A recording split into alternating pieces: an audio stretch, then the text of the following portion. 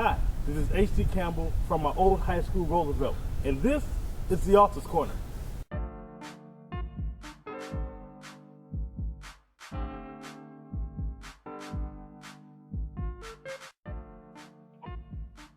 Welcome to the Author's Corner with H.D. Campbell. Each show is packed with news, author interviews, specials all about you, the author. And now here's our host, H.D. Campbell. Hi, welcome to the Author's Corner with H.D. Campbell. As always, I'm your host, H.D. Campbell. I'm here from my old high school, Roosevelt. Roosevelt was one of my greatest times in high school. A lot of my life started right here at this school. Made a lot of friends. We're all doing great things now. And the school was just wonderful. I was part of the magnet program here.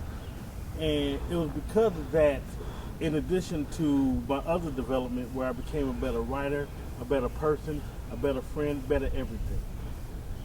I wanted to come here because I just happened to be on a family function here in the South Side, and I had to come here to Roosevelt to tape these segments of the show. Speaking of the show, today's show we're going to have Angela Cooper, we're going to have TaNisha Webb, and we're going to have the Poetic Unsub himself, once again, G.P.A. So when we come back, we'll take a little walking tour of the grounds here, and then we'll be back with Angela Cooper. When the Author's Corner returns, we'll start off with Angela Cooper. What is H.D. Campbell Production, you ask? It's a collective of editing services, books, promotions, and more. Find out more about these services in addition to shows and columns at www.hdcampbell3.net. And as always, let your writing fuel your spirit. Do you need a manuscript edited? Perhaps you need a press kit or some ghostwriting done.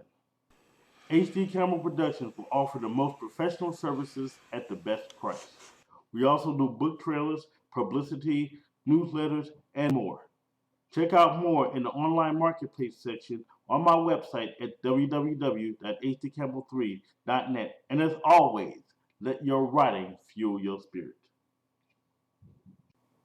So you believe the Bruce Williams story concluded in How to Lose a Black Woman? Well, Bruce Williams begs to differ. Find out what's been going on with Bruce Williams in the sequel titled Geraldine, coming soon. Welcome back to the Author's Corner with H.D. Campbell. Welcome back to the Author's Corner. Before I start you off with my first author right here at Roosevelt, let me tell you about a quick Roosevelt memory. Roosevelt, again, like I said, was part of my greatest, shall I say, development as a writer. But I also met a lot of amazing people like Robert Ford, who's now part of the St. Louis Underground movement, and Arvis Young, who's also a part of that movement. Guys like them are just so welcoming, and it just made life here at Roosevelt so much better. High school was just so wonderful, but I digress. My first author, her name is Angela Cooper, who basically has a ministry, she teaches, she does so much. So let's hear more about her story. Here's her. First off, tell me, how are you doing today? I'm fine, how are you? I'm doing great, I can't complain. Well, I always ask this one big question. What inspired you to start writing? I guess just going through things in life. I started putting my feelings down on paper, and really that brought it to, full surface was me being inspired by one of the sisters in my church put out her first book, and it encouraged me to go ahead and take the writings that I've had for many years and go ahead and start getting it published. Okay. What were some of the things, if you don't mind me asking, that you were going through? I'm sorry, I didn't. What were some of the things, if you don't mind me asking, that you were going through? Just relationship issues, just mainly relationship issues. Okay. Be it good or be it bad. Okay. So what was the process between getting inspired and starting your first book? The process, I just kind of been procrastinating and letting things like dormant. So I don't know, I'm trying to understand your question. the process of No, I mean, getting it published. well, I guess what is your timeline between you getting inspired into your first book? It was probably a couple weeks, actually. Once she inspired me, I kind of jumped on it, and it took me every bit about 3.5 weeks to get the first book published after.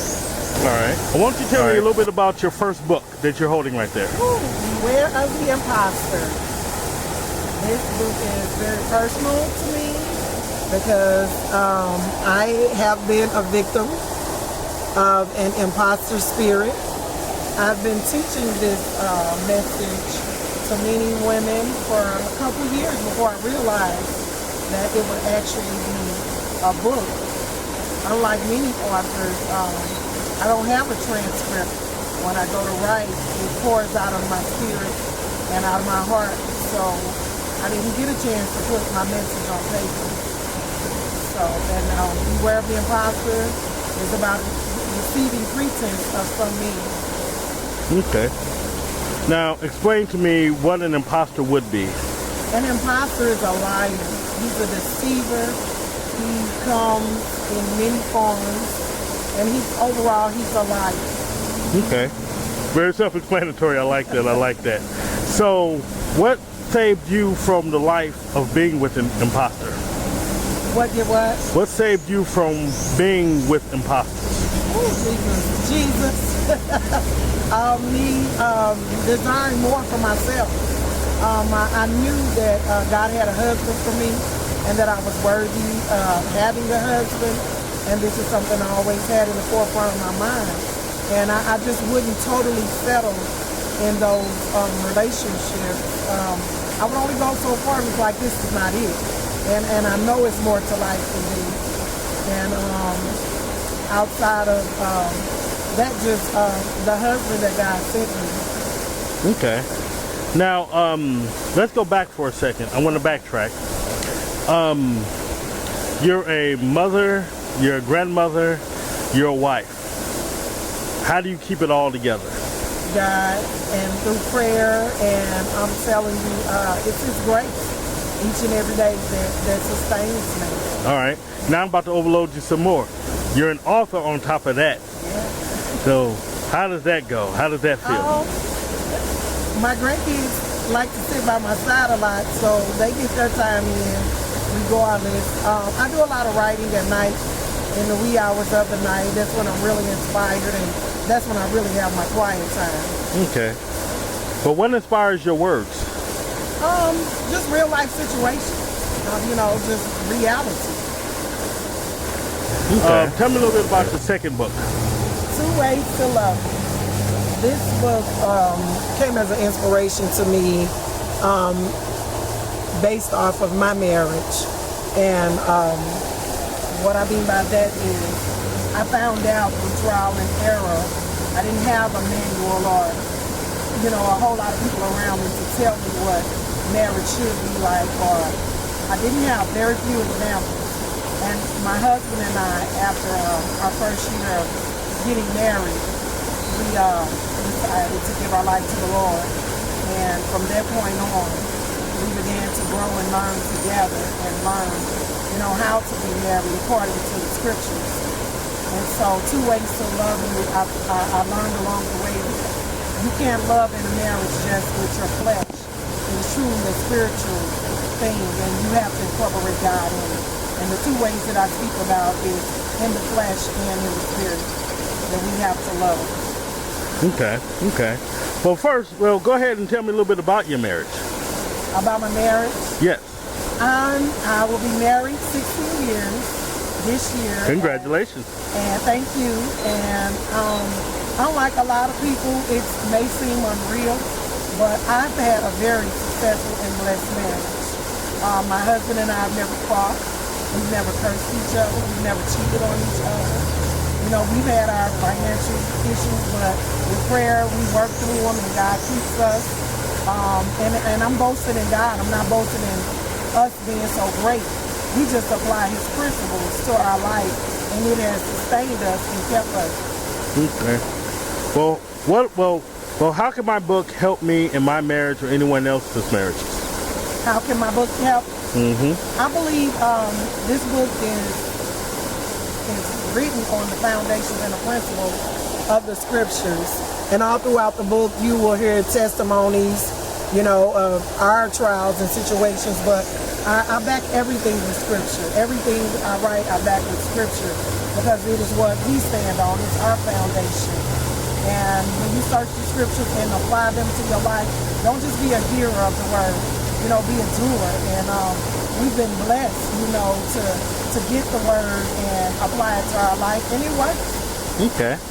Now, we had a conversation about the faded picture on the cover earlier, which we had a great conversation about. Could you describe to everybody why the faded cover? The faded cover was inspired by the Holy Spirit, but I questioned God, why did I choose this picture and not any of the clearer pictures?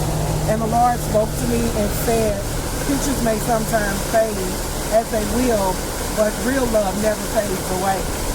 And I was blown away with that analogy that he gave. So you put that in the book as well, which Yes. that's pretty nice. That's pretty cool. Please tell me about your third title. The third title is 2 Ways to Love You a Little Deeper.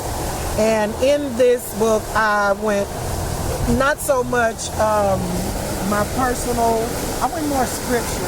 This is somewhat of a, I would say, a teaching manual. I went a little deeper with the scriptures in this book, and that's why it's a little deeper, because the scriptures are deep, and you know, we need to keep that in us and apply it. Okay. I want to talk to you about love for a minute. There are a lot of people who can give good advice on it. There are a lot of people who give bad advice on it.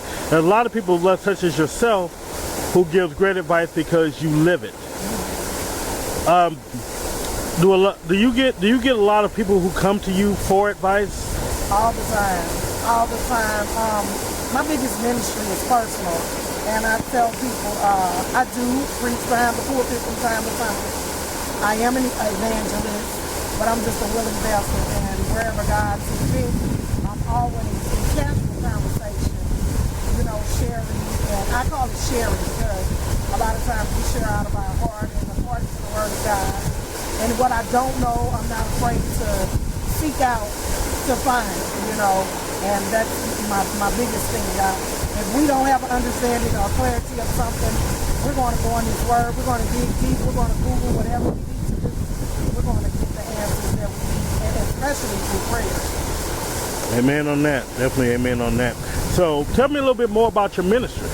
My ministry is, like I call it a casual ministry because I do a lot of personal, intimate settings where people will just say, Angie, I need to talk, or I'm going through in my marriage. I get a lot of phone calls, and I tell people all the time, I'm available 24/7. And I mean that. I could be in the bathtub.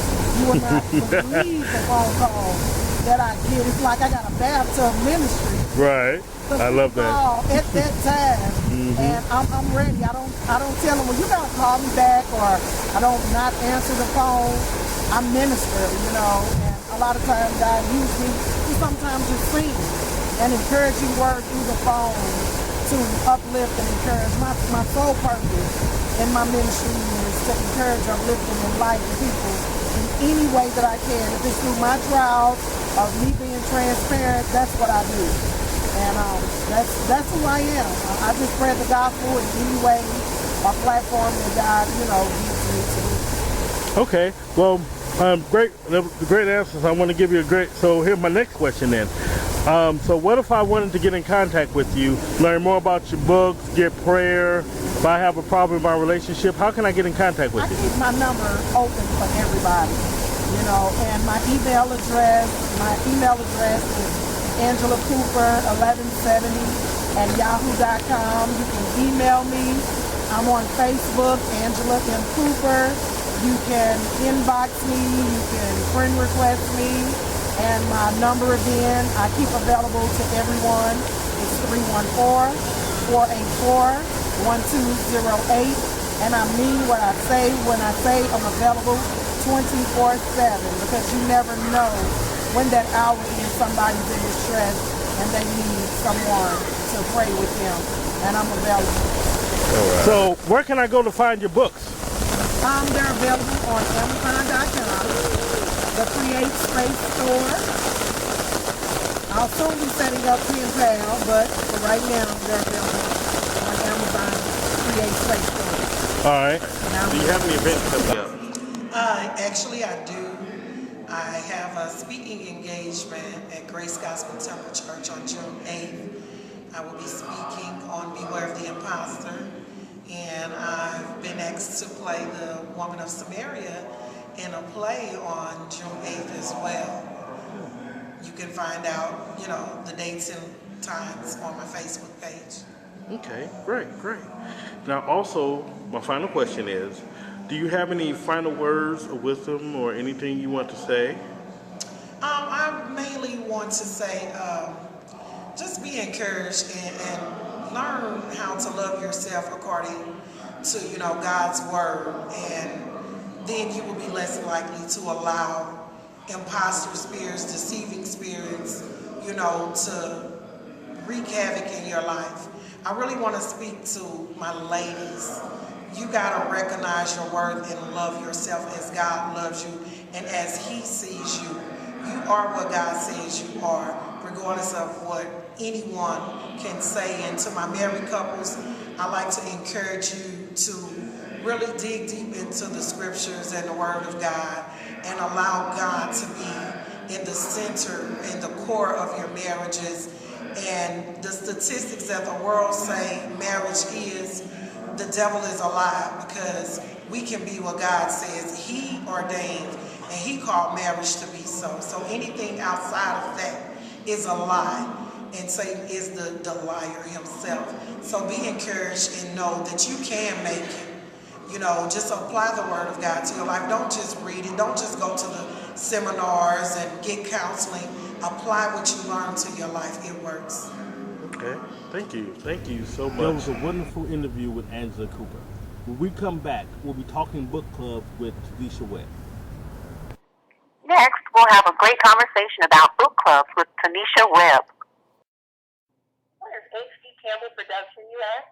It's a collective of editing services, books, promotions, and more. Find out more about these services in addition to shows and columns at www.hdcampbell3.net. And as always, let your writing fuel your spirit. Looking for commentary on the hardest hitting issues? Looking for someone who don't pull any punches? Looking for a debatable topic on a wide range of subjects? Check out DJ Triplet's column, in which she gives you her powerful opinion, no holds barred. Get to know DJ Triplet on my HD Insider page at www.hdcampbell3.net. And as always, let your writing fuel your spirit. Have you checked out the new H.D. Campbell Productions website lately? It has new interactive features. More information on books, services, shows, and more. Check out videos, slideshows, and more at www.hdcampbell3.net. And as always, let your writing fuel your spirit. Hi, my name is Angela Cooper. Hi, my name is Charlotte Duncan. And we're watching The Author's Corner. Welcome back to the Author's Corner. I had to come up on the steps to see, my wonderful school here. I graduated in 92. Yes, I'm showing my age. I graduated in 92. The wonderful thing about our class is that about a good 85% of our class have went on to great things. I don't know if it was something in the water or it was just us just striving to be the best that we can be after we graduated. I don't know, it's just something about this school that just brings joy to know that I can always come back and whenever we get together for reunions or whatever, it's always wonderful. I want to segue for a second to talk about good book clubs for a second. TaNisha Webb has wonderful insights on book clubs. In fact, she started an entire book club movement. So to learn more about TaNisha Webb, here's the interview. Actually, it came from just being an avid reader. I've always been an avid reader for as long as I can remember. My father is actually a speed reader, and just his love of books, from anything from encyclopedias, and he's a huge Western fan, and so he has probably just about any Western novel that you could think of. And so just watching my father read, at a young age, that really instilled just a love of reading with me.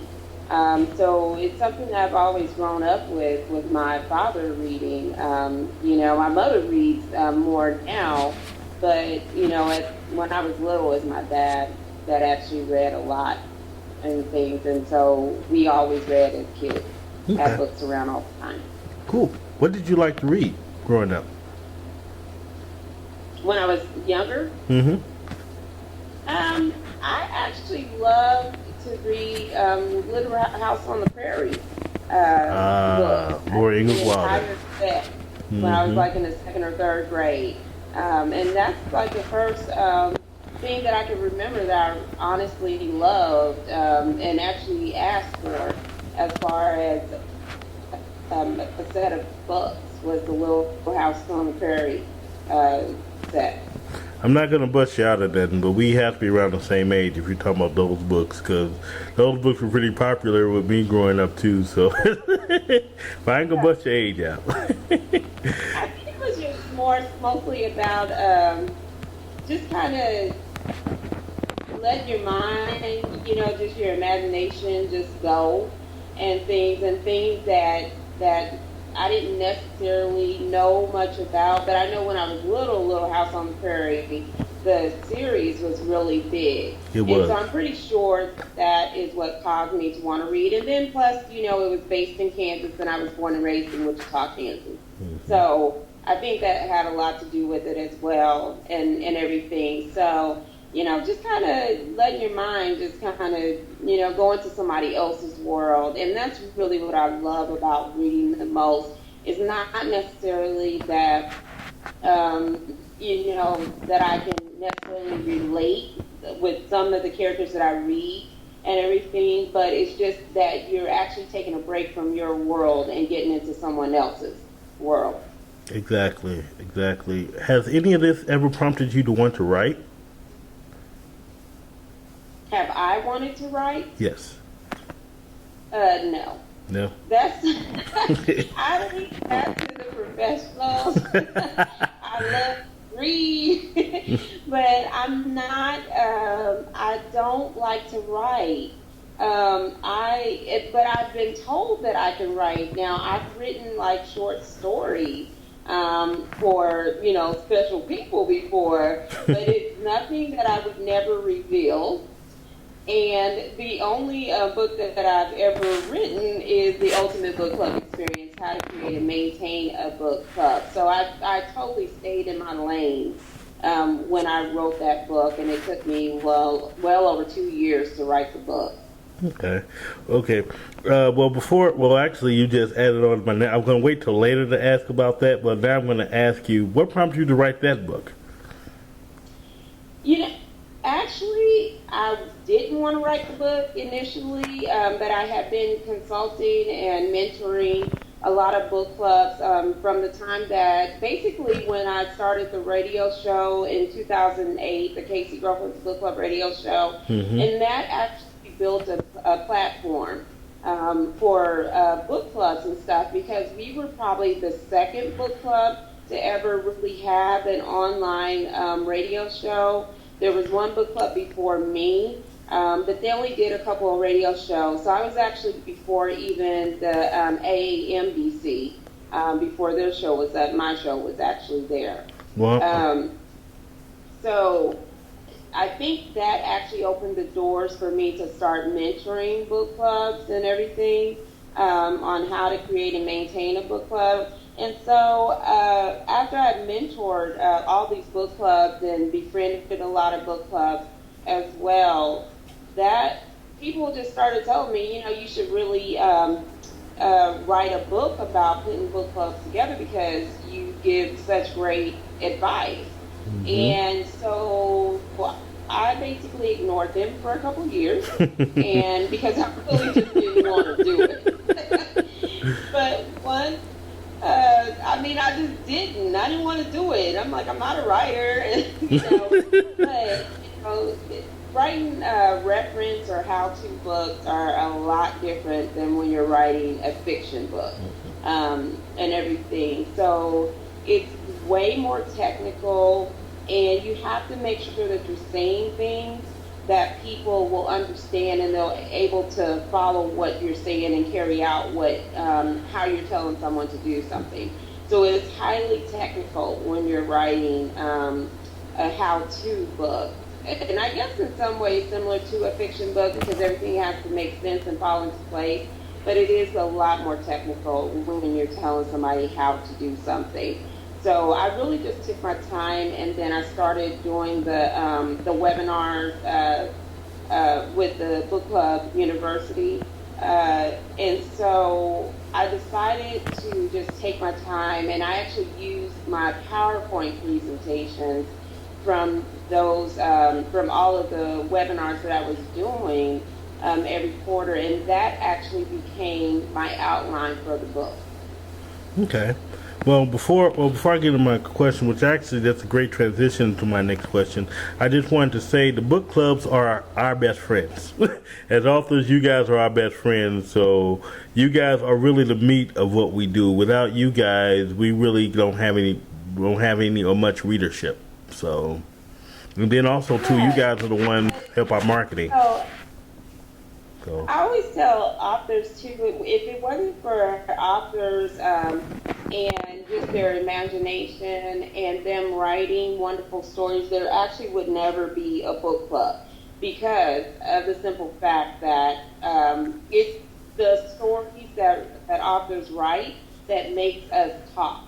And it's those stories that makes us want to gather a friends to actually create those book clubs and everything. So it's really, the talents of authors that really, make book clubs want to talk. But I don't think that authors that maybe have not had enough experience with book clubs, they understand the magnitude of books when it comes to book clubs because you're really creating families.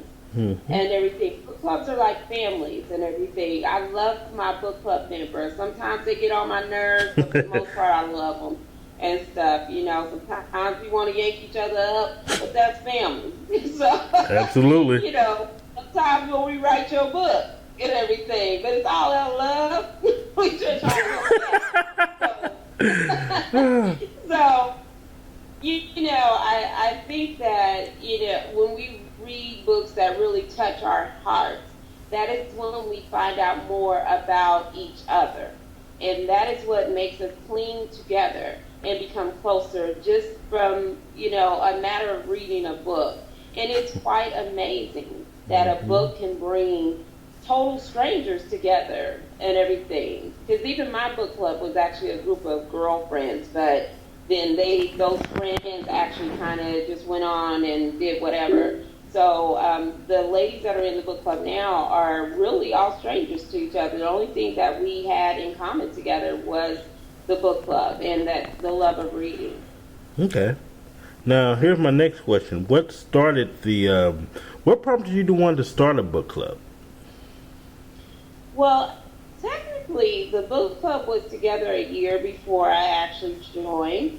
And I, for a couple of years, never wanted to say that I was a book club president because I just figured somebody else would come along and would want that job. So eventually I stopped calling myself the representative of the book club and just said, okay, I'm the president. Oh, God. But it was really one of those things that I just felt that that was just something that I needed outside of my job because I relocated to Kansas City and everything in 2003, and I really wanted to network and meet women outside of my job. And that's what brought me to, at that time, the Girlfriends Book Club. And from that time, once those original members kind of went away, it was just me and one member. So we put it back on a local event website, which is where I found the book club. And we grew from 2 members to 41 members in a year and a half. Okay. Now, You mentioned earlier, well, besides the radio show, you also have Book Club 101 University and also magazine. What made you branch off into those areas? The reason why I did that was because I wanted, before that I had the ultimate book club experience. And the reason why I created that website is because I had a social network on Ning called the Black Book Club Experience. And the Black Book Club Experience was for book club presidents only. So you had to have a book club that was established. And we actually have close to 120 book club presidents on this website from across the country and everything. But I was getting so many requests to be on the website, but you had to have that established book club. So I created the Ultimate Book Club Experience website just to give general information. But then I, was really thinking, well, you know what? I think that one of the things that's wrong, and when I started looking for information for book clubs, is that most of these books want to give you like suggestions on book club, on books to read, and they want to give you like, information that I didn't even care about. Right. I wanted to know the information about how to put the book club together. How do I get the people here and things? And those are the questions that were being asked to me. So that's when I decided to do Book Club 101 University and actually create kind of like a curriculum, if you will, and offer quarterly webinars and everything. And the idea really came from a book club member because the ladies in her salon had created a book club, and it was a hot ass mess, if I can say that. Oh, you can. As most university campuses have like community courses, she asked if I had ever thought about doing a community course on how to create a book club. And that's actually where that thought had come back to me. And I said, well, you know what? What about if I did this online? And so I decided to, actually offer webinars online every quarter. And that's what I did, and started, thinking about all the different topics that people were constantly emailing me about and asking me questions about, and the consultations that I've done with book clubs, and just kind of created a way to do that. And then it branched off into the Book Club University Online Conference, which is a 5-hour conference that generally the last couple of years I've asked other book club presidents to come on and then I would give them a topic to talk about because I knew that they knew a lot about that particular book club topic. And then they would do presentations and things, and then we would do a Q&A session. I mean, it's totally all online and totally free to book clubs to join and everything. So they get the opportunity to network with other book clubs, but they also get the opportunity to ask questions from the presenter as well. Cool. Okay. Now, let's say I wanted to start a book club, and I wanted you to help me. How would I go about doing that? Okay, you can probably reach me on about a bazillion websites, but you can go to bookclubuniversity101.net. You can visit bookclub101mag.com. Mm-hmm. You can go to my personal website, TaNishaWebbOnline.com. Now, I want to stop you there for a minute. I want to ask you, what is on your personal website? On my personal website, it's just like an author website. Although there are like personal things on every website about me, I try to stick strictly to whatever that website content is, and it's not really all about me. It's whatever that website has to offer. So on my personal one, I actually have my own blog from there, that I might be talking about, my journey with something, or just kind of keeping people up to date. I have a book for my page for my book. If you want to order a personalized autographed copy of my book. So it's really just like any other author's website, to be quite honest, and everything. But I think that when you are doing these type of things, especially because I have my own business, literally speaking events and services, and things like that, if you are an author, you really do need to have a personal website page and not let it go through your company's page, if that makes sense. Oh, that makes sense. That definitely makes sense. Now, tell me about your business, literarily speaking. Literally speaking actually began in about 2009 when I started actually coordinating my book club's first event called, it was called the Kate's Girlfriend's Book Club Literary Retreat, where we did a networking event for local book clubs, avid readers, authors, and then we would bring in a national best-selling author and pay for their expenses, and then couple them with two local authors and things that wrote about the same genre or something close to it.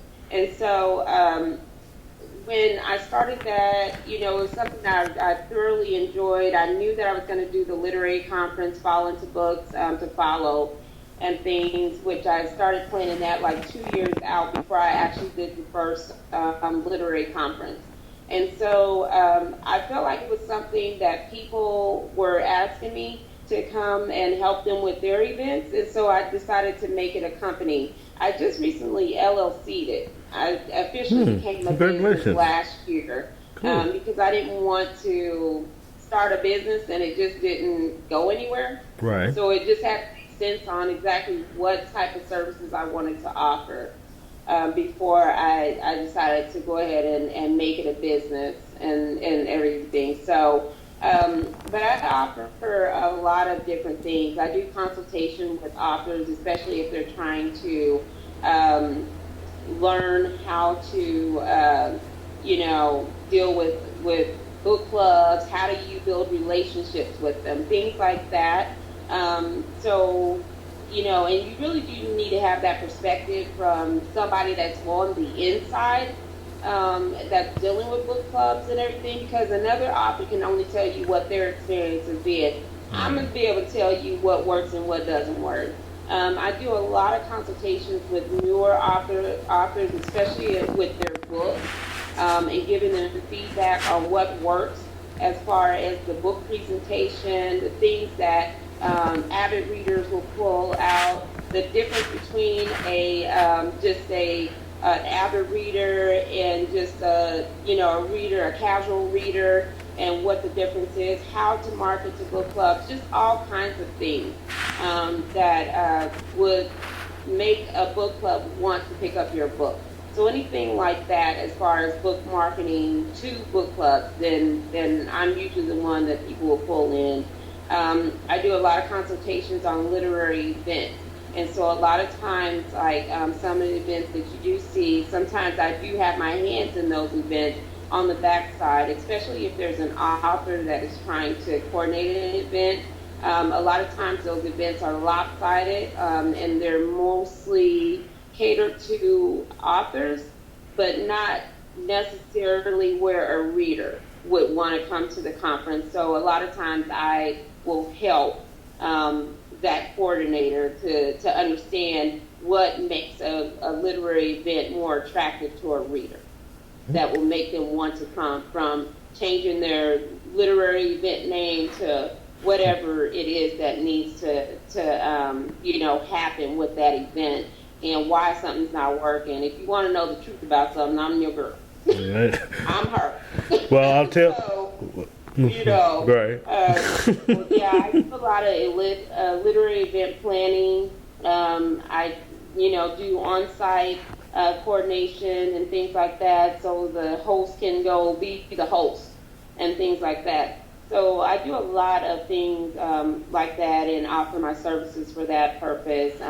Book club consultations, just anything on the back end of helping authors. I do so much other stuff. It's kind of ridiculous, but But I'm kind of like that one-stop shop, Right. But that's what I do, and I love that. I like to be on the back end of helping people to make them look better and things. That's what I like and things. I love to watch authors, from the beginning of their careers and really watch them flourish.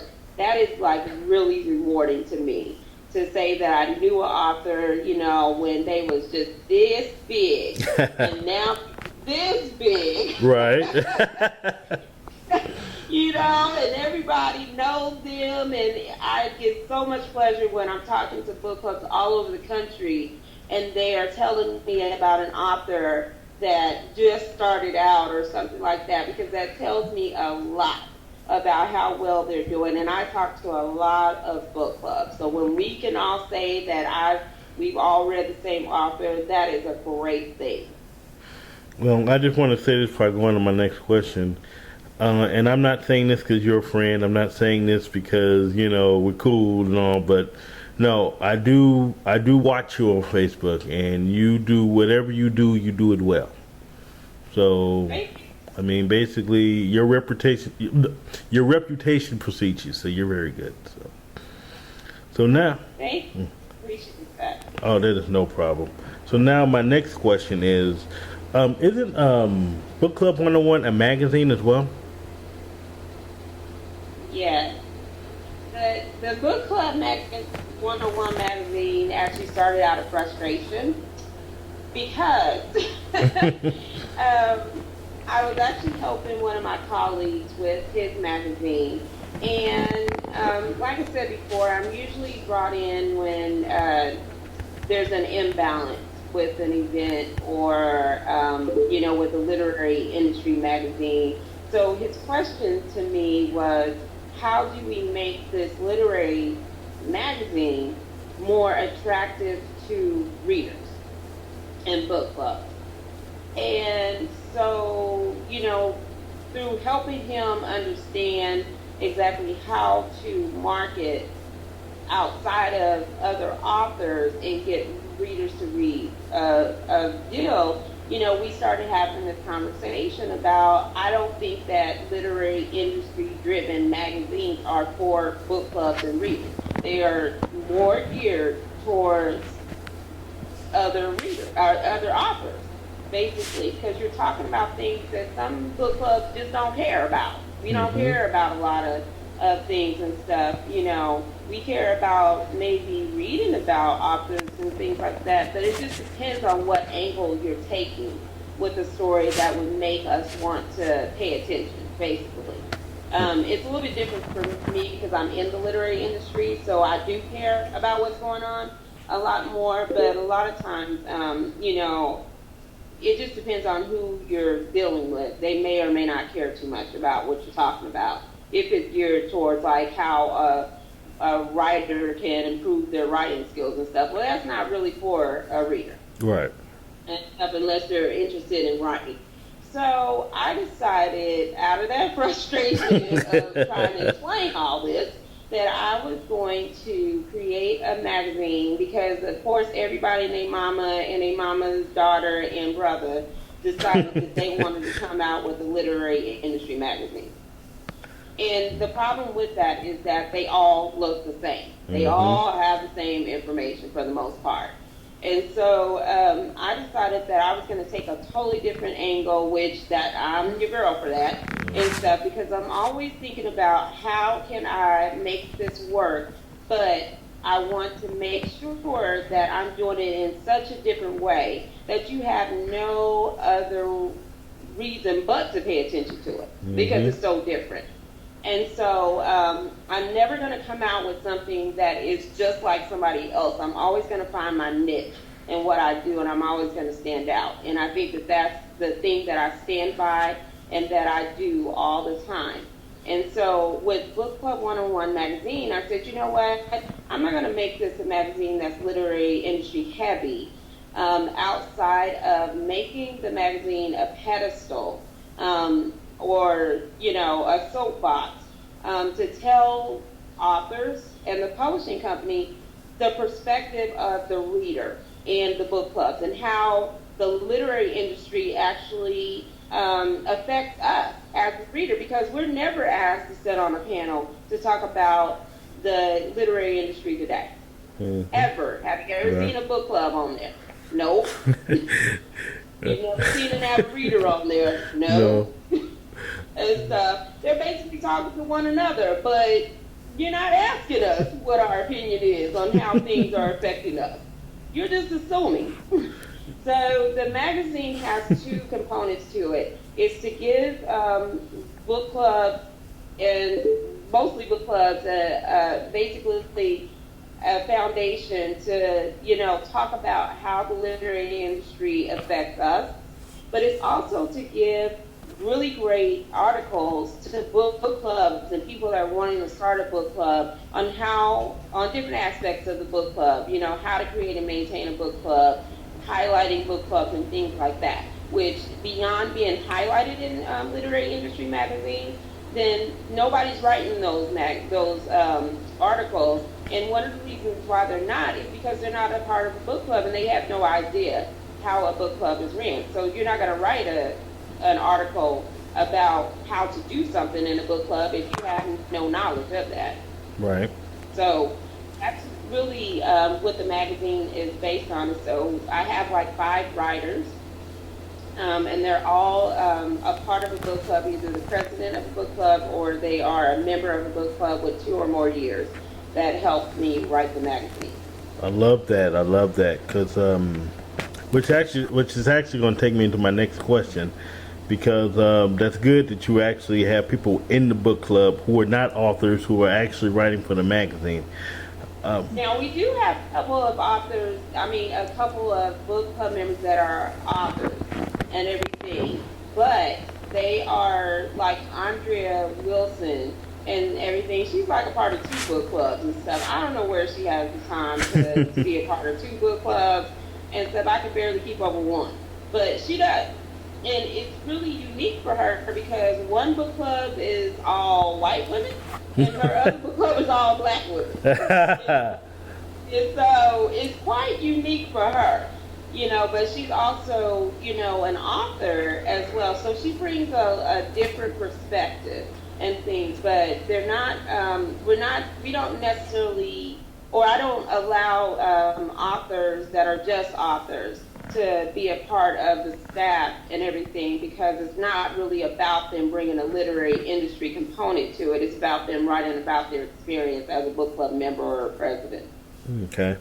Well, see, my next question, which is I'm going to transition into, as a reader, what do you think about the current industry as a whole?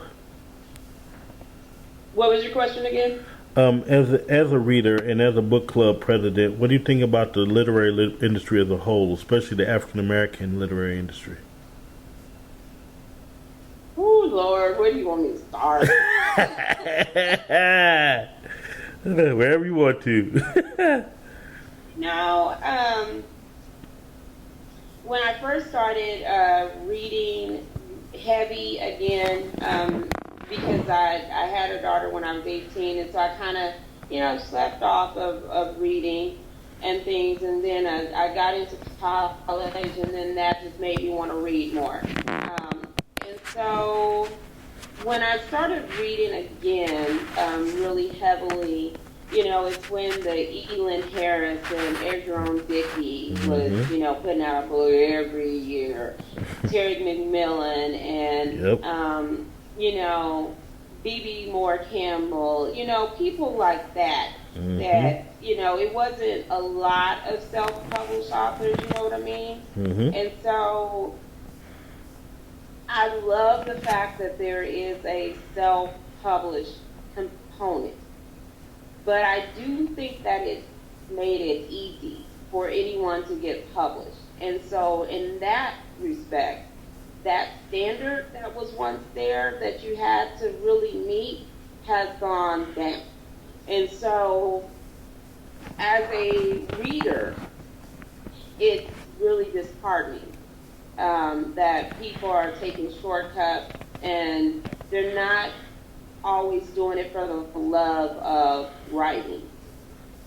and it comes through with the books that are coming out, because they honestly don't understand the art of writing, and they don't understand that there is a process when you are building relationships with readers in book clubs and everything, and that word of mouth is key. It's not the quick sale that will get you the readership.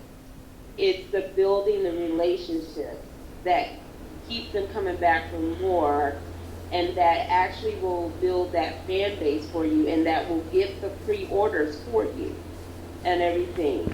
And so, because a lot of the authors are making it more of a gimmick to basically to make money and everything, a lot of that, that love that you see come out across the page has been lost to me.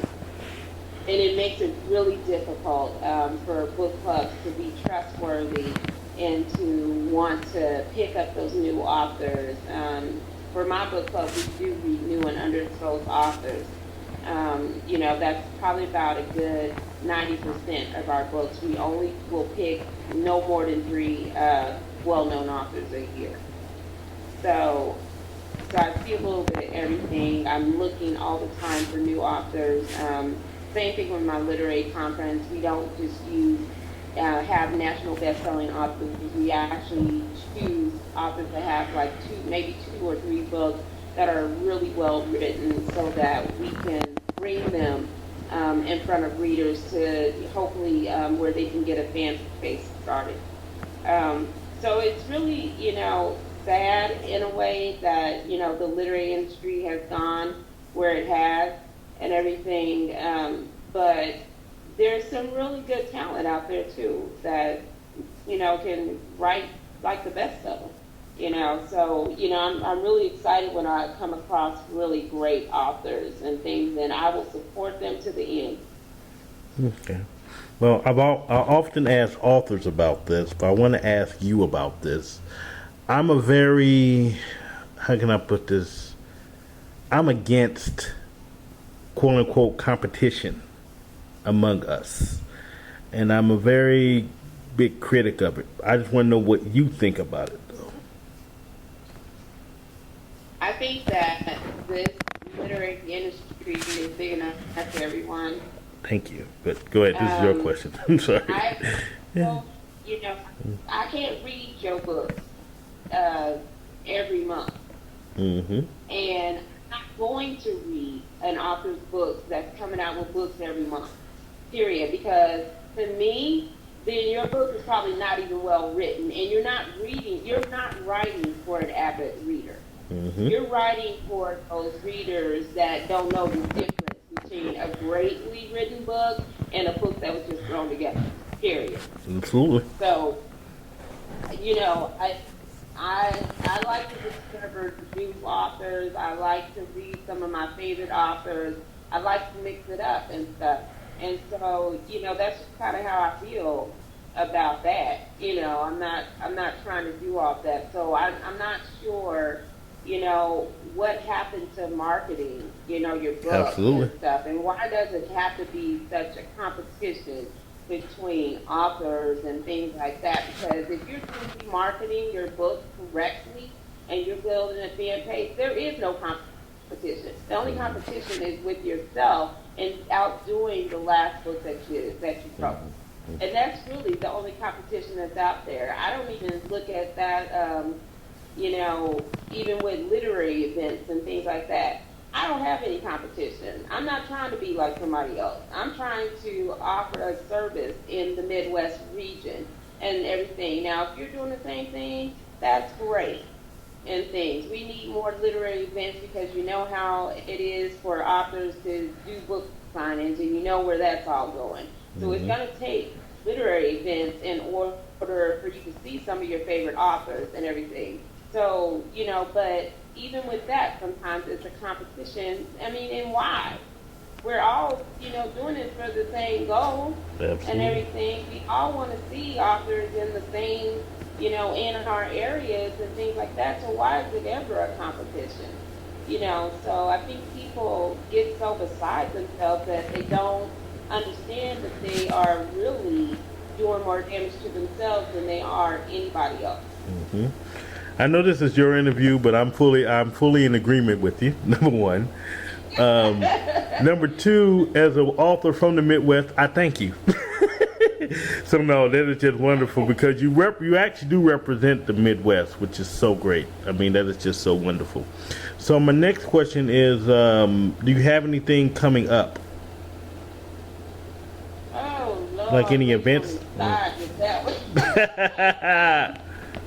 The thing that's immediately coming up is the third annual Book Club University Online Conference, which is Saturday, and that's from 12 to 5 Central Standard Time and everything. So that's the first thing that's coming up. And then I will actually be out on the East Coast over the summer, a couple weeks in July actually, and we'll be doing some book club things and stuff, webinars or workshops basically. And then also later on in the summer, I'll be doing a book club and readers boot camp for authors.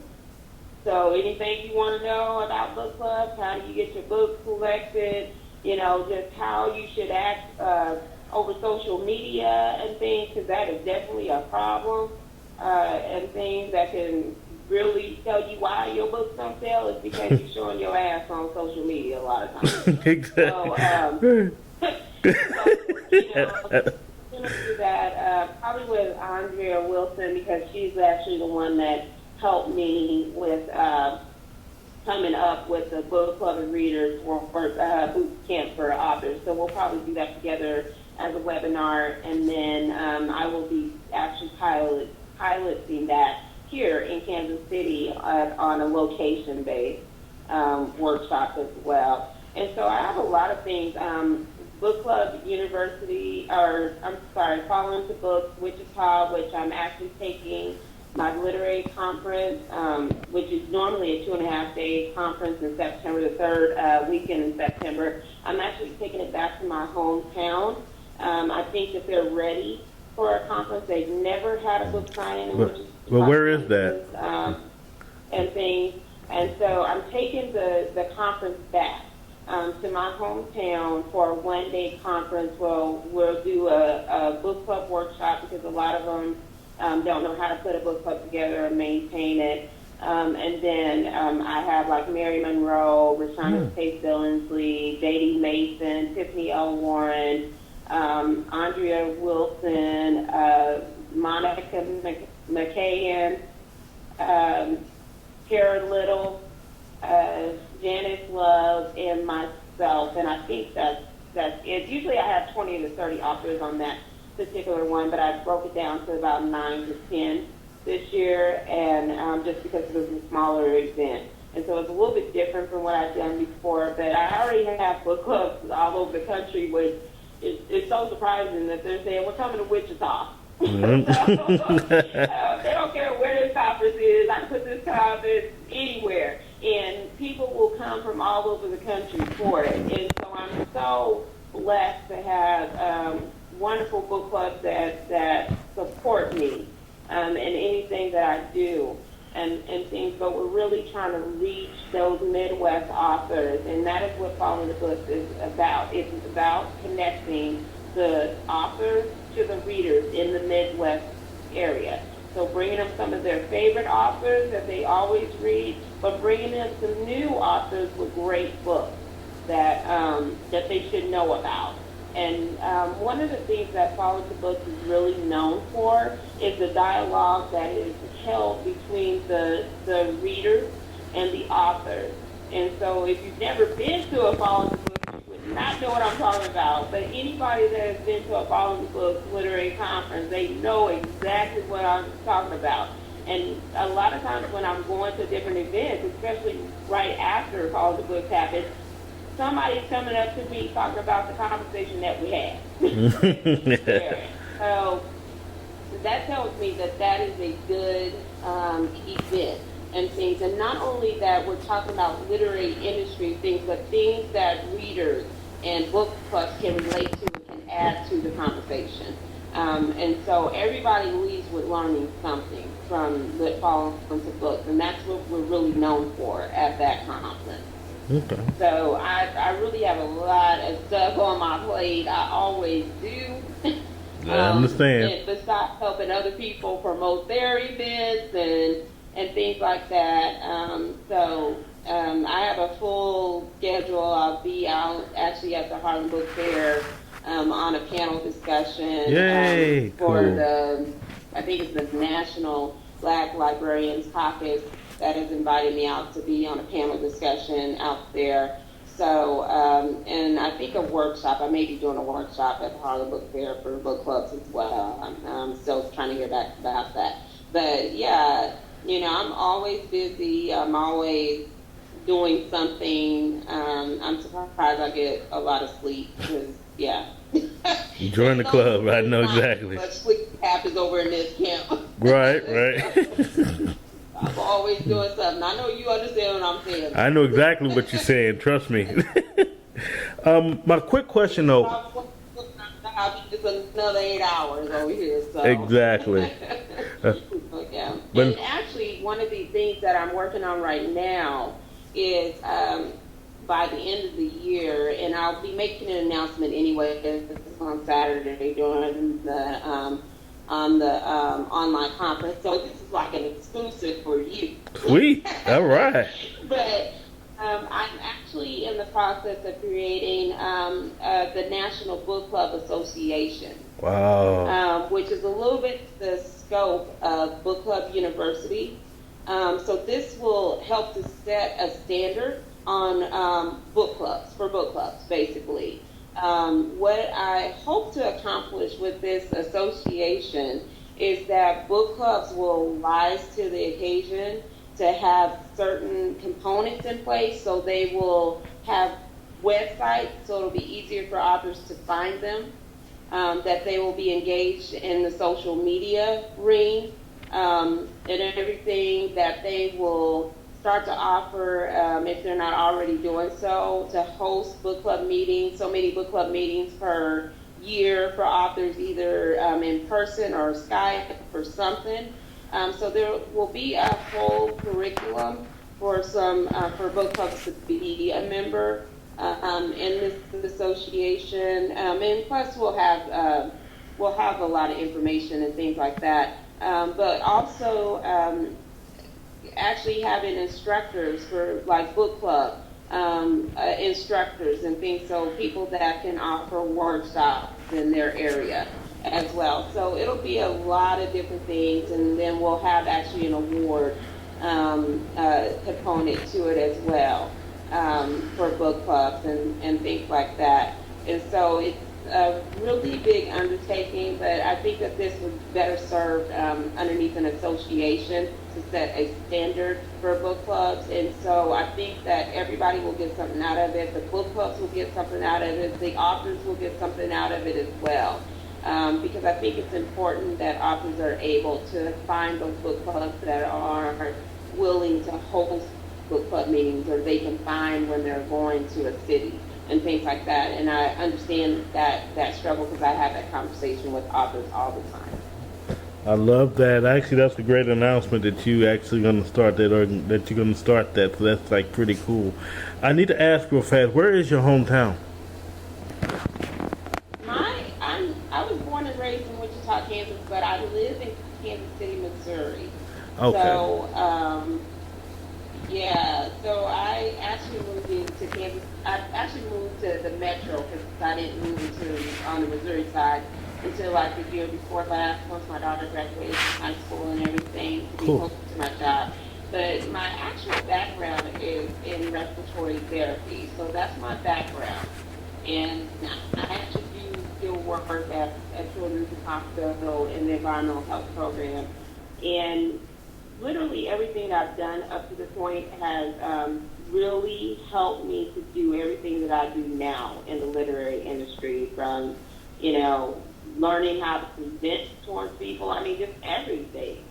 So, my career really has helped me with everything that I'm doing now. So, and I'm very fortunate to have a great boss that understands what I'm doing. He's just waiting for me to get my notice and stuff. Whenever it comes so big. In fact, I've never had a boss that's so supportive of what you do outside of your work. Exactly. So, and he understands everything that goes on with this and everything. So, so at some point I will probably be quitting my job, but it ain't too soon. That is no problem. I'm working on it. I have my business plan. That is. I'll get there. But, I'm one of those people that I'm very smart about that type of stuff. I know what type of income I need to have before I can say, okay, I'm done. Exactly. There again. Exactly. We'll see. That's what I do. I actually work at an environmental health program where I do a lot of education on asthma, allergies, your home environment, how to improve the indoor air quality. Cool. So I'm always talking, basically. Oh, well, I love it. Heck, I've definitely loved it. You're a great communicator, so you're pretty cool. So, Thank you. that is no problem. I have 3 more questions for you. My first one is going to be basically, I want to backtrack for a second. I'm going to ask you, basically, well, you actually brought it up earlier. What do you think about authors and social media, and what type of advice do you have for authors who use social media? Wow. Okay. So, the first thing that I would say to authors is, I think that if you're going to, that you have to watch what you put out on social media. I think that there's a fine line between telling too much about your personal business and everything. For example, I just saw an author the other day that was talking about her son being in jail. Now, does that really mean Oh, yeah, exactly. Yeah, exactly. I think so. So I think that one of the things, especially if you're starting out on social media, is to go ahead and create a fan page and invite readers to like the fan page instead of your personal page. If that's the problem and things. I think that some, like with Shonda Kate Billingsley, she does a lot of stuff on her page that's personal and things, and it can connect readers to you. But when it's really, on the side that is really more ratchet, like you're seeing your booty crack on Facebook, or, we are seeing a little bit too much of your cleavage, or you just doing some real crazy stuff, then that's not helping your book sell. No. So, just be mindful that your readers are watching. Be mindful that book clubs, especially book clubs now, they coordinate a lot of events, and they're starting to ask a lot of authors to fit in. But your behavior on social media will tell people if they want to deal with you or not. So, you really have to put yourself in check when you're coming in contact with book clubs and things like that. I think that the other thing is that for the ones that do this, stop tagging folks in your photos and stuff. Right. I mean, seriously, I don't need to know everything that's going on with your book cover. I'm going to eventually see it if you're working social media like you should and everything, So that Absolutely. Your Facebook pages and stuff on somebody else's pages, that ain't cool.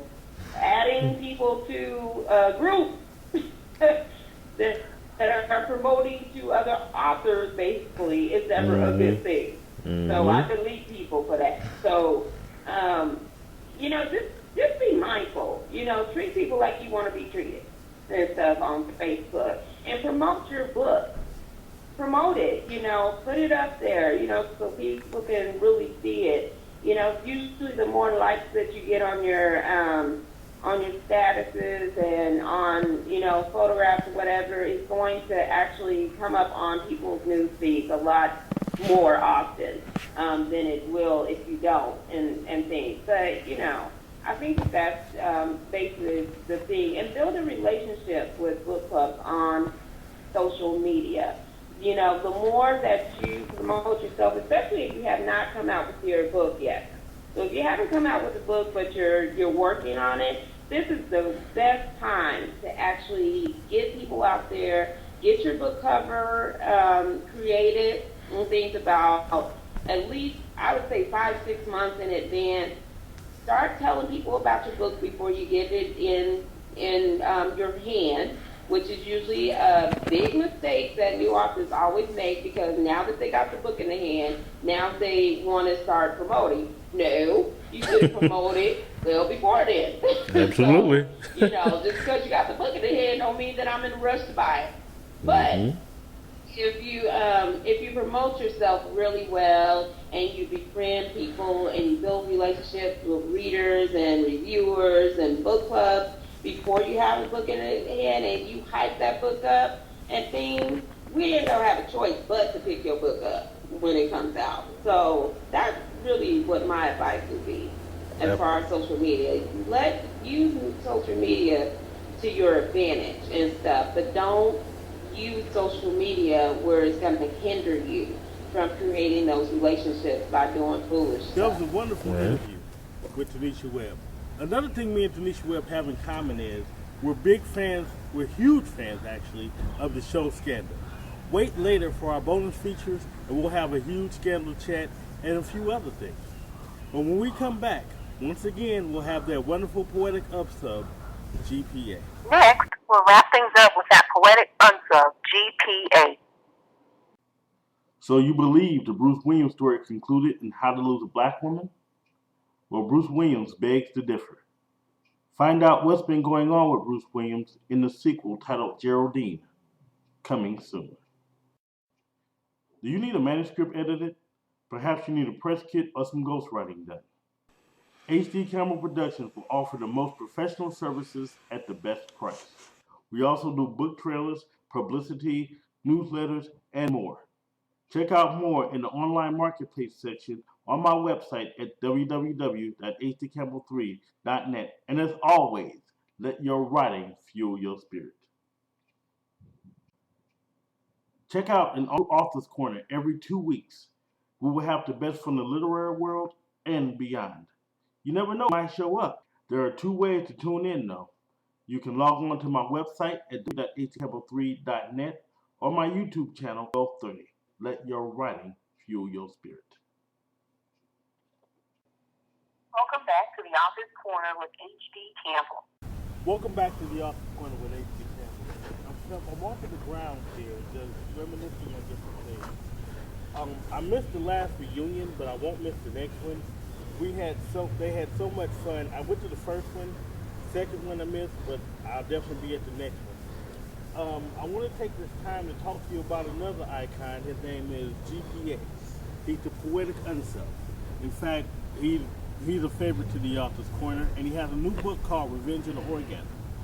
Here he is. Check out the interview. Basically, I'm just going to go right on into it. Well, how have you been since we last spoke? I've been outstanding.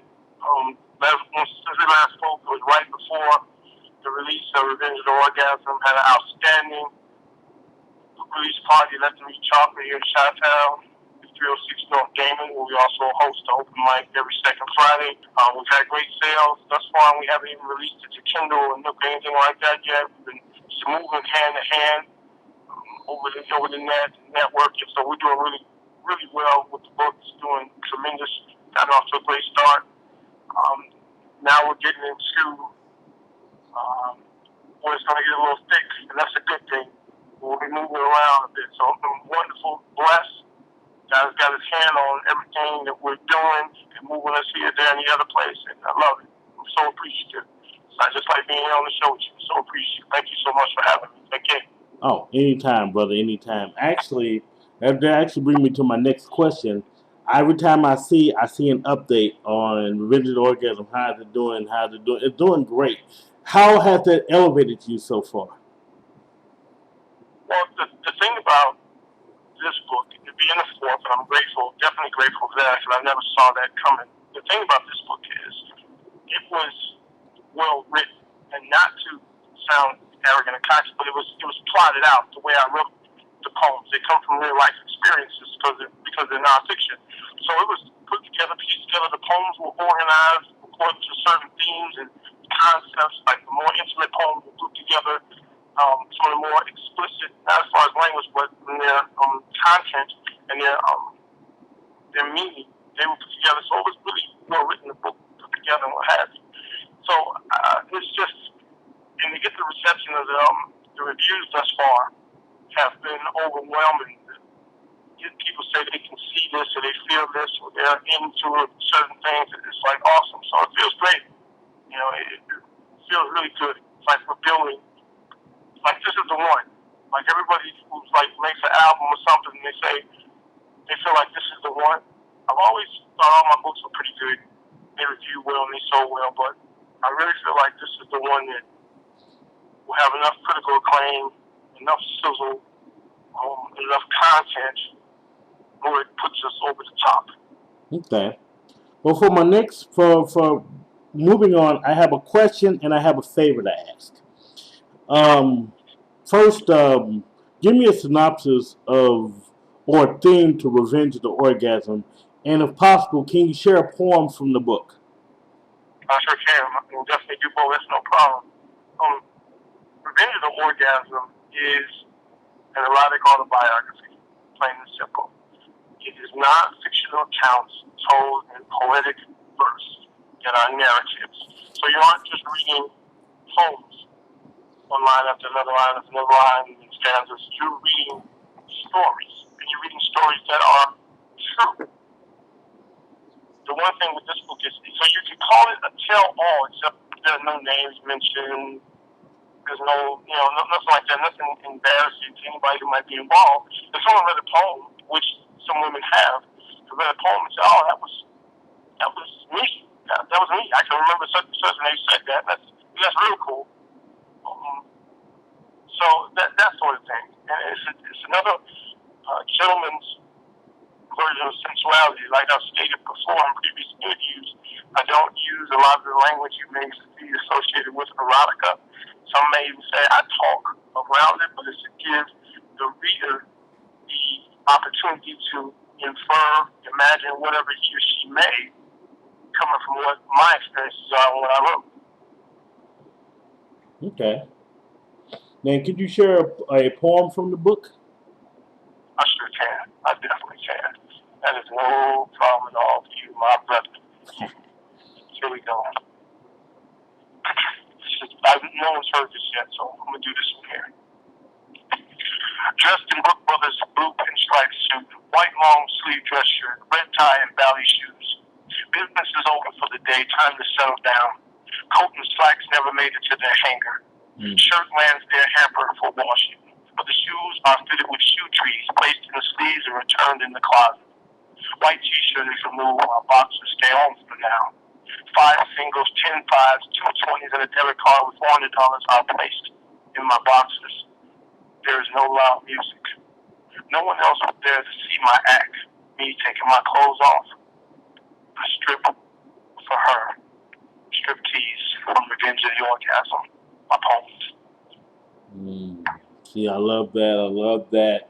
So, my next question that I've got to ask is, have you read this particular piece and how it got well, and did it get well received? Which I already know the answer, but I haven't read it aloud yet. It's not one of those I've done. I went with a core, and then as we move along, we will start pulling more poems out topic, I will be pulling out a book like Prominent right now. We started off with Enough. Then we went to Obsessed. Then we went to Pose, which is doing very popular. And that Striptease might be the next one. And you mix that in with some of the other stuff. I'll be doing some different performances and such. So we're going to, it's been mentioned a couple of times in reviews and told to me that, hey, that was pretty good. So we're going to see. I mean, I can see how that might go real well, with the ladies. They pretty much go. They pretty much go. Man, you know what? Every time we get to an interview, man, whatever you read, man, these ladies just go, wow. There's got to be mind blowing now, because you're actually. Because I'm just gonna say, you're actually speaking to them, not about them, not about them, not. You're basically just talking to their minds, and that's one thing I love about you, brother. You're talking to their minds. Thank you. That's look at me.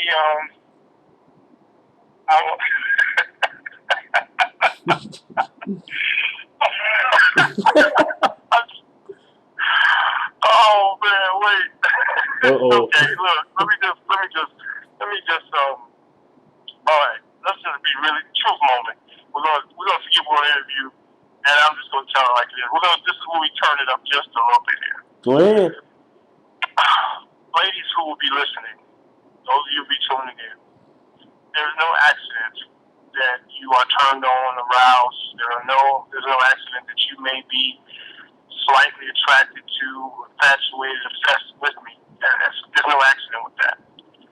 This is a product of what comes from my mind, my heart, my experiences, and through my pain. And God has given me this gift to do.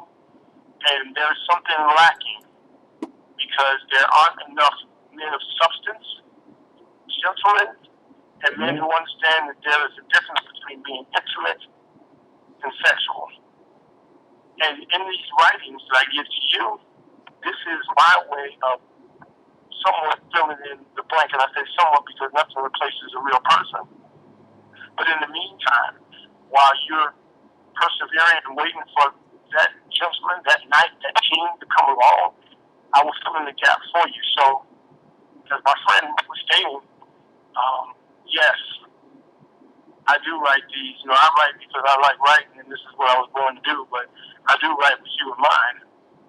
I do want you to go to bed and maybe feel a certain sort of way. I do sometimes want to message the middle of your day up by sending you a message or posting something, and you read it, and you send me a message, which happens quite often. They say, "Oh my goodness, why did you do that in the middle of the day while I'm at work?" And I'm like, "Hey, I don't know what to do when I do. It's on purpose." Mm. So,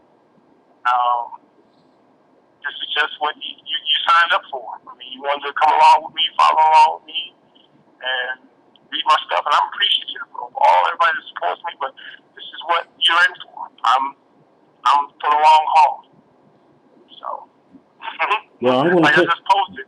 Blame it on I said, I thank the guy who wasn't real enough, who wasn't man enough, because otherwise I wouldn't have got my chance at the blessing. Well, you gotta blame it on these knuckleheads who walk around and don't know how to talk to women and treat women and what have you, that they allow some individual like me who's proficient with his pen and his voice to be able to do these things. And I'm going to do these things for you. Even when you find your someone, I'm going to do these things for you so you can have that extra that you need to. You deserve it. You're queen and you deserve it. That's that. See, that's what I'm talking about. Well, I got to tell you something. I got to disagree with you on something, though. You said that what you do is on purpose, but really what you call on purpose is just something that comes through naturally, which is all good. You see what I'm saying? I do. I can see that. I can definitely see that. So yeah, because I mean, I don't mean to get into this with another writer, but on purpose and natural are two different things, and you're naturally. So it's all. I definitely feel that. You're right. I just want to know it's not an accident that these things occur. This is not an accident at all. This is what it's supposed to be. So, when I wrote the book of 24 orgasms, that's the reason I wrote that. Because he had this surge of poetic porn. I hate to even put poetry in the same sentence with porn, but you had that, and some people, and it has this place, I guess, and when we're overwhelmed with this, you need something else. You need something that appeals to you. We can sit back with your glass of wine and take your heels off and put your feet up and sit back and read through and thumb through, okay, I can see this from there. So that's the whole thing. That's the whole mechanism behind what I write essentially. So. Well, see, think about it is, and the reason I bring up the term natural because it's, I guess I'll just say, is real, and it's natural to the point where the words aren't forced. The words are all you. I guess, they spill out like like some juice or something. They're spilling out onto the paper. Just flowing naturally, pretty much. Okay, I can dig that. Yeah, I can definitely dig that. So basically, and I'll tell you what, from what I see on Facebook, from what I see from your fans, it's all received well, brother. It's definitely all received well. I don't know. well, look. Here what I'm about to do. I'm about to up the ante with my next question because here's the thing. Everybody's gonna want to know this anyway.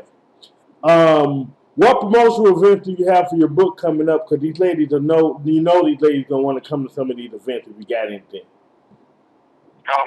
The official revenge tour begins May 29th at Cafe Gallery. I'm the featured performer there. Before that, I have a couple of interviews. I even did. Next Wednesday, I have two interviews back to back, like 30 minutes apart. Next Wednesday evening. But May 29th, and June 1st here at Carter G. Woodson Library. It's called Speak Right. That's an event. I'm one of the presenters for the Art of Words, the Power of Words, June 4th, I'll be at Tuesday Funk. It's a monthly series here, and you have to get chosen. You have to submit your information and what have you, and you get chosen to come perform, and I'm one of 5 performers there. Then we have a few other things. There's an erotic show that I'll be attending in Columbus, Ohio on June 14th. And then I'll go to the Black Poetry Fest in Atlanta, Georgia, from 20th to 23rd. I'm one of the feature performers there. So those are things. And then I skipped over a feature I have on June 17th at Jack's Tap.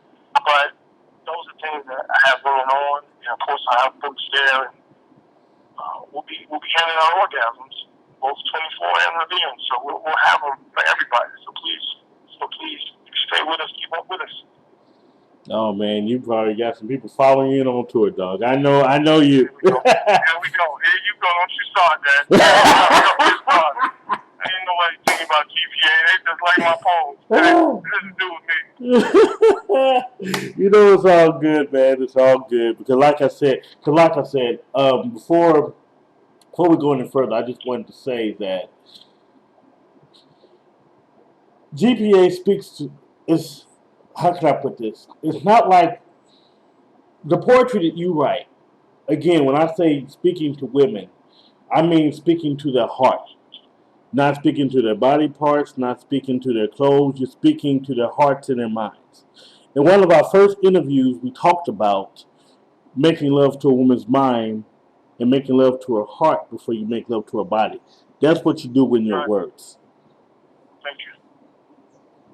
That's the intent, because everything starts from there. I always say, and people always get a little upset when I say it, the only way you get anywhere with a woman is if she allows it. If you don't get to call her unless she gives you her phone number, because you get it from anywhere else, then the call's not getting received, or you won't get another call, or whatever the case. But once you call her and have a conversation, she gave you her number. Once you go out on a date, she wanted to go out on a date with you. You're on second date or whatever, it's her allowance. It's like, okay, you have to understand the power of the woman and the order of things. So when you when you go towards a woman's mind and you have her there, she's on a different wavelength than she would be with anybody else, because then the body follows. If you have her smiling, laughing, having good thoughts, not frowned up, not angry, not crying, not just thinking, oh, I can't stand such and such, when you've got her mind in a good place, her heart follows that, and then the body goes along with that. And then the mind and heart are things that constantly grow. They don't go anywhere. Bodies can get heavier and shrivel and all that, but the mind and heart don't go anywhere. And as long as you touch those places, you're good. You're really good. Like I say, you speak nothing but truth, brother. Nothing but truth. So, well, my next question is, I know you just got out Revenge of the Orgasm. And I know I may be jumping ahead a little bit, but do you have any books at least you're even thinking about putting together? I've got something called, and I've been messing around with the title, but it's a book of short stories, because I am regarded as a master storyteller, champion storyteller from a competition I won and competed in recently, the Moth Storytelling Championships and Grand Championships. So I have a series of short stories, and they're from my youth, and it's called A Day in the Life of a Dark-Skinned Boy. And I've been going, the title isn't solid, it's a working title, but the premise is basically sun up, sun down. These are things that they happen on different days, but I've put them in one day. And they're just short stories. They're based off poems I've written before, but now they've become short stories. And this is my foray into writing the All-American novel at some point. But yeah, that's kind of what I've been playing around with, because I want to try something different.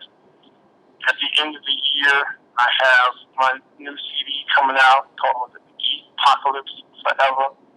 There's a lot of stuff on there, a lot of great stuff, poems put to music, great tracks. And I stole the tracks. I don't have a DJ. I stole the tracks, instrumentals. I took them. I'm not even ashamed. It's just like, hey, isn't that the song? Yeah. I jacked it. It's a mixtape. It's jacked it. So you'll hear the stuff. Some people have heard the stuff already, and then I'm working on the Orgasm Strikes Back. Follow up. Yeah, I think that may close it out. It's supposed to be a trilogy, but I think it may close it out with that. Maybe. That'd be a question mark behind that. And then I'm going to release on probably Kindle, the Land of Multiples. I believe I'll release that on Kindle, which was originally in the mind of a Poetic Unsub, and I may just hand that one out so people can see the segue between the book of 24 Orgasms and Revenge of the Orgasm. Land of Multiples is actually the second book. So we're gonna go get it. Yeah, with this summer coming. I'm sorry. Go ahead. I cut you off. I'm sorry. Oh no, I'm cool. I said no. We're just gonna go get it. Yeah, because like I say, yeah, I can see a lot happening with summer coming up, stuff heating up, and you got all these shows. You got the new book coming out. Everything's all good. But I want to switch gears for a second. We'll talk to you about a partner of yours. I'll be interviewing her this Thursday. Cotton. She's your back. She's basically your muse, basically. You guys are a powerful force together. Can you and basically you guys team up a lot and do a lot of different things. But can you tell me how you guys came together as an amazing team? Because you guys are an amazing team. Thank you very kind. Basically what we did, like a lot of people do, we met on Facebook because she lived in California, and I of course lived in Chicago, Illinois. And we networked and we throw stuff back and forth. And it wasn't until I have a poem called Mad About You. And I had done it a couple times, and she liked it. And then she wrote something called I'm Angry. And it was like, sorry about that. She wrote something called I'm Angry. And when she wrote that, and then let me hear it, she made this track of it. And she let me hear it. What was I called? She let me hear it. And I was like, oh man, this would go great with Mad About You. This will be outstanding. And I said, man, we need to do this. We need to do this together. So it came out, the first time we did it on a radio show a couple of times. We did it on a couple of radio shows. Mm-hmm. Started off, and then I did something. I was on a show, and I had her come on, and then I come behind her, and then she was on the show. She called in, and I came behind her. And then the first time we did it live was in Sacramento, What I Love, too. And then we did, there's a video finally up for now, but we did it in Detroit a couple weekends ago. And it's just great synergy, great work ethic. She does a lot of the things that I'm not even close to doing. So it messes. And so where she's kind of,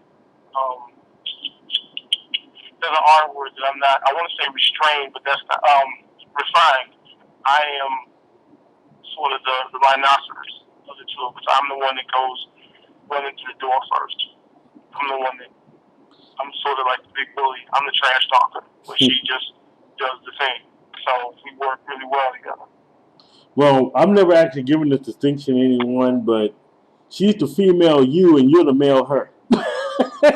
You guys just fit just that together. You see what I'm saying? So, and yes, I know Cotton's gonna kill me when she sees this interview, but this is what I see. So you guys work well together. You guys are a wonderful team. I hope you guys continue to work together. Yes, definitely did that. So we'll be heading to Atlanta soon. That's for the Poetry Fest. So it's going to be a great time. Look forward to doing more things. She's actually producing my CD.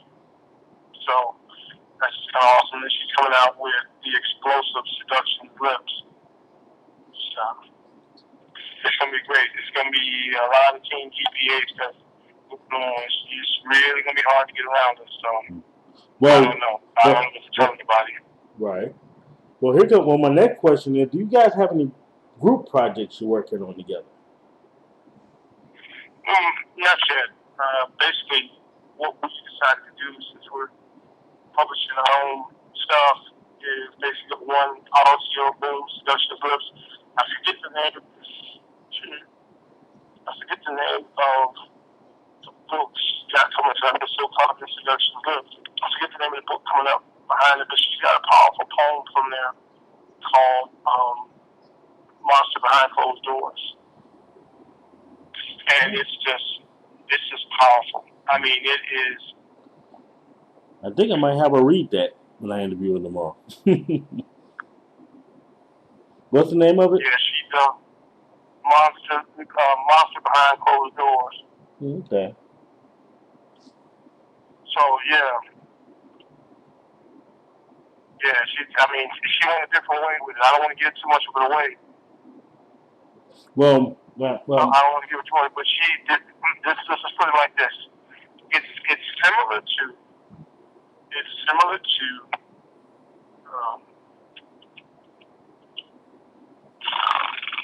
It would be similar to.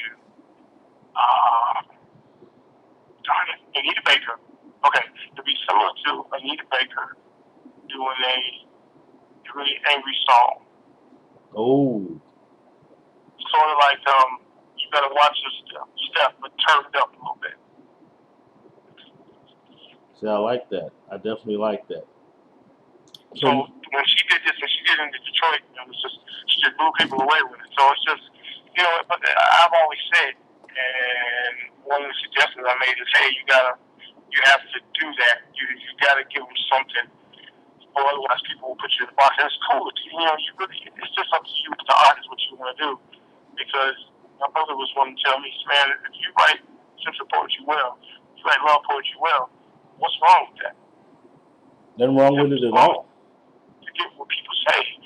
What's wrong with that? I'm fortunate that that's not all I can do. So when I wrote the previous book, mine, Poetic Unsub, that threw people, because they weren't used to seeing different styles of poetry and things of that nature. They kind of used to the book of 24. There's a young lady reading The Confessional Heart of a Man right now, my very first book. And she's blown away by it, like, whoa, this is heavy duty. And I was like, yeah, I wrote that just, I wasn't an author yet. I just was a poet and put something in a book. I wasn't like an author. knowing about editing and all that. I just put the poems in there. No water or anything to you. See, like I say, that's just pretty awesome, brother. That's just pretty awesome. Like I say, you're pretty deep. I'm just saying. I'm just, I'm just in the presence of deepness. Cause see, like I said, I mean, I've heard you. You guys are doing stuff with me and for me, and like I said, I really appreciate everything you guys are doing for me. So, I mean, and you guys just put out so much good work. It's no wonder you guys have a huge fan base. So, now, you there? I'm right here. I was Okay. listening to you. Oh no, you're all good. So my next question is, and this is basically a question for all those who haven't gotten it yet. Where can we get your book, Revenge of the Orgasm, and also learn more about you and your other titles? You can definitely go. You always gotta say this, black folks, that you have it on Amazon. It's on Amazon. It's not on Kindle yet. I haven't put it there yet, so you have to be patient. But it's also on my website, www.iblowyourmind.net. You can grab it there. Basically, to find out anything about me, you can go to the website and see me. You can always log, say, email and say, hey, get on my fan bridge, because I always post. Or it's really easy, because everything connects together, like the central nervous system. My own support page is all caps, G period, P period, A period, parentheses, raised for the live. So, you go there, you pretty much follow everything, because it's connected to everything. And I post stuff through Reverb Nation, and it comes to there, and you can see everything that I'm doing. Okay, cool. Now, as always, I'm going to give you the final word. Anything you want to say, any type of advice you want to give, anything you want to do. What's your last word? Listen, I just need to let everybody understand this is no accident. This is no coincidence. This is the way it's been planned. I'm just simply an instrument in a higher plan. When you see the name Raised for the Live, that is not true. That's not true at all. I'm the best ever. I'm the solid best ever, from writing books, from performances, from relentless drive, from my ambition, versatility of styles, and continual growth. This is what I present, and this is what I believe is done best ever. I appreciate all support. When you buy books, when you like something on Facebook, you follow me on Twitter, or whatever you do, anything that helps facilitate what myself and my teammates are trying to do, I'm greatly appreciative. And please stay with us, because there's more to come. Thank you so much. Thank you, HD, for having me again.